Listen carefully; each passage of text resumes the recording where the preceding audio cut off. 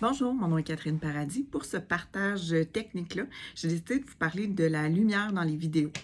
On n'a pas tous la chance d'avoir une superbe luminosité dans nos maisons. Ici, j'ai fait ça simple. Je suis directement à côté de la fenêtre. C'est ce qui fait que ça a l'air bien. Par contre, si je ferme le rideau, vous allez voir, pas mal moins joli comme éclairage. Si je le tire encore plus, ben là, on voit que j'ai l'air un petit peu plus cerné, c'est moins joli. Donc, si vous permettez, je vais le réouvrir.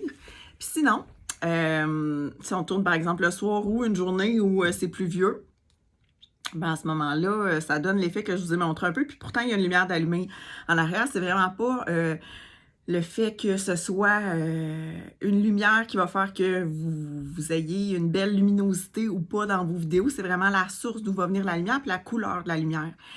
Surtout l'hiver, quand on se met devant une fenêtre comme ça, c'est une lumière qui est plus blanche un peu.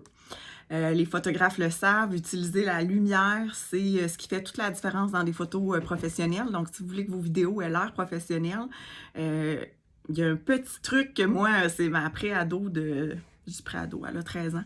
C'est une ado qui me l'a fait découvrir. C'est le fameux anneau lumineux que tout le monde a dans TikTok. Fait que si vous n'avez pas un super studio à la maison pour tourner vos vidéos, puis que vous n'avez pas une très belle luminosité non plus, vous ne pouvez pas faire face à la fenêtre puis faire un peu comme je fais là. Mais il y a ce superbe anneau lumineux.